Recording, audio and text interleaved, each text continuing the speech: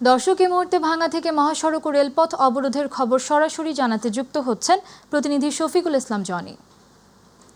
Johnny, মহাসড়ক ও রেলপথ অবরোধে সৃষ্ট ভোগান্তির কেমন চিত্র দেখছেন এবং ইউএনও যে সতর্ক করেছিলেন যে অবরোধ তুলে না নিলে ব্যবস্থা নেওয়া হবে, সে ব্যাপারে আপনি কি জানাবেন আমাদের?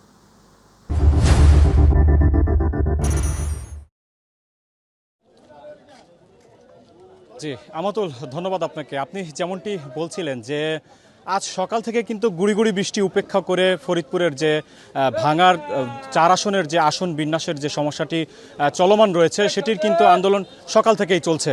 আমরা যেমনটি সকাল থেকেই সড়কে অবস্থান করছি এবং দেখছি যে মূলত আন্দোলনকারীরা কিন্তু তাদের আন্দোলন চালিয়ে যাচ্ছে। তাদের দাবি হচ্ছে যে যতক্ষণ পর্যন্ত তাদের আন্দোলন দাবি না মেনে নেওয়া হবে ততক্ষণ পর্যন্ত কিন্তু তারা তাদের আন্দোলন চালিয়ে যাবেন। তবে এ বিষয়ে আমরা দুপুরে যেটি দেখেছি যে ফরিদপুরের যে ভাঙা উপজেলা নির্বাহী কর্মকর্তা মিজানুর রহমান তিনি কিন্তু একটি সংবাদ সম্মেলন করেছেন। তিনি সাংবাদিকদের জানিয়েছেন যে মূলত এই আন্দোলনকে ভিন্ন খাতে প্রবাহিত করার জন্য যে আন্দোলনকারী যারা রয়েছে তাদেরকে ভুল তথ্য ছড়ানো হচ্ছে। বিশেষ করে তাদেরকে তথ্য ছড়ানো হচ্ছে যে যেহেতু এটি আসন বিন্যাসের সমস্যা, এটি নির্বাচন কমিশন যেটি ভালো মনে করেছে, নির্বাচন কমিশনের সিদ্ধান্ত অনুযায়ী এই যে আসন বিন্যাসটি করা হয়েছে, কিন্তু এই জায়গাটিতে আন্দোলনকারীদের মাঝে বিভিন্ন ধরনের বিভ্রান্তিকর তথ্য ছড়ানো হচ্ছে যে এটি উপজেলা প্রশাসনেরকে দায় চাপানো হচ্ছে। তবে ইউএনও যেটি বলেছেন যে আন্দোলনকারীদের উদ্দেশ্য করে তিনি এই আসন বিন্যাসের যে বিষয়টি সেটি তিনি পরিষ্কার করেছেন। তিনি বলেছেন যে মূলত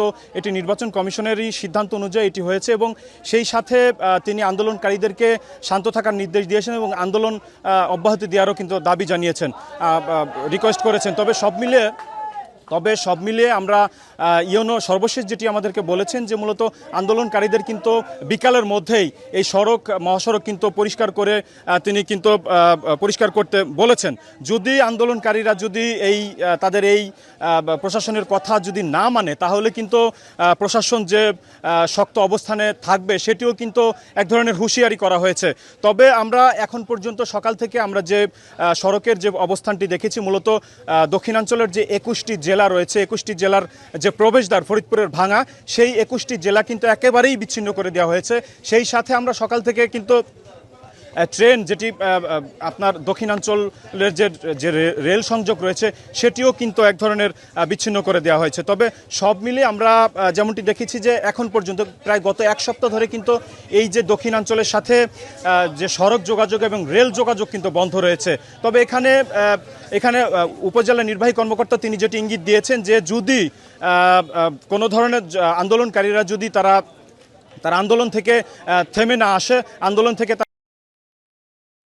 বিকালের মধ্যেই কিন্তু প্রশাসন কঠোর অবস্থানে যাবেন বলেও কিন্তু তিনি জানিয়েছেন।